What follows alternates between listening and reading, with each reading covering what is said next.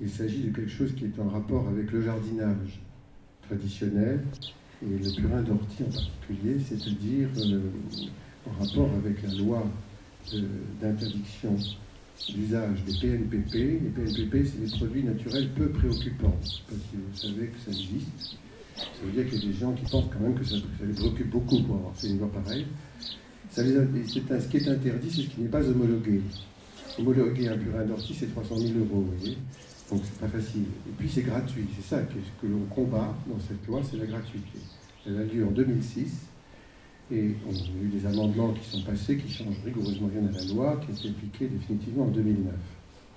Donc, quiconque fait la publicité du purin d'ortie, ce que je fais, est passible sous le coup de la loi.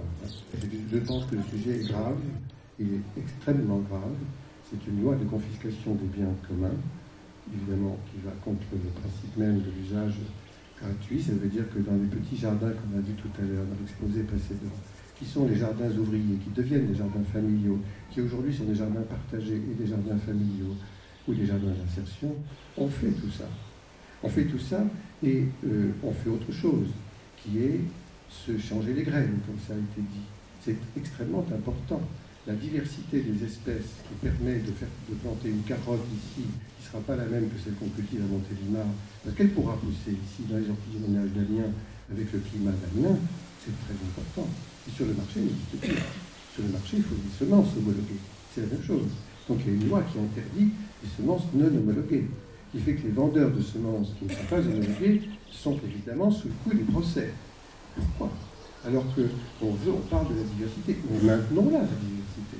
Oui, il est très important qu'on ait au contraire ce genre de petits jardins et ce genre d'associations et personnes de bonne volonté qui multiplie toutes ces espèces qui existaient il y a encore, quand j'étais, moi, étudiant, le catalogue Villemorin, c'était un bottin.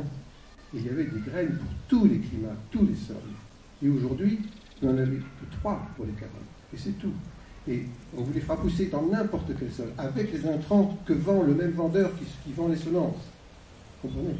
Mais évidemment, pareil pour tous les produits. Alors, accès à la gratuité interdit, accès à la diversité utile pour l'autonomie interdit aussi. C'est un scandale. Donc je m'oppose évidemment à ça. Du coup, vous voyez que les jardins historiques, esthétisants, formels, etc., glissent progressivement vers quelque chose qui devient un jardin politique. Mais pourquoi? Parce que le jardin, à proprement parler, c'est le lieu qui est un enclos. La définition Carten vient de se dire ça. C'est ça, mais c'est le lieu où on protège le meilleur. Le meilleur change avec l'idée du temps.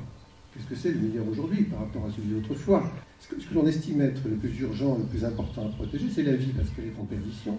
L'affinité écologique nous amène à penser ça. Donc, qu'est-ce qu'on fait?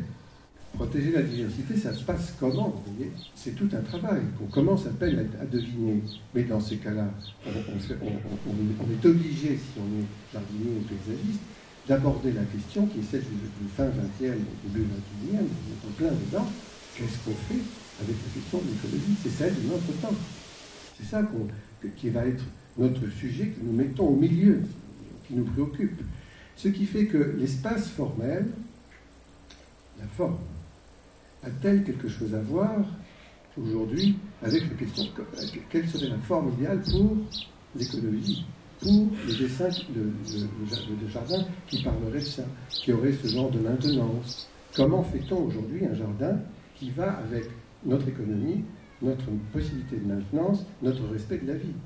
Donc forcément, il va y avoir une incidence formelle. C'est obligé.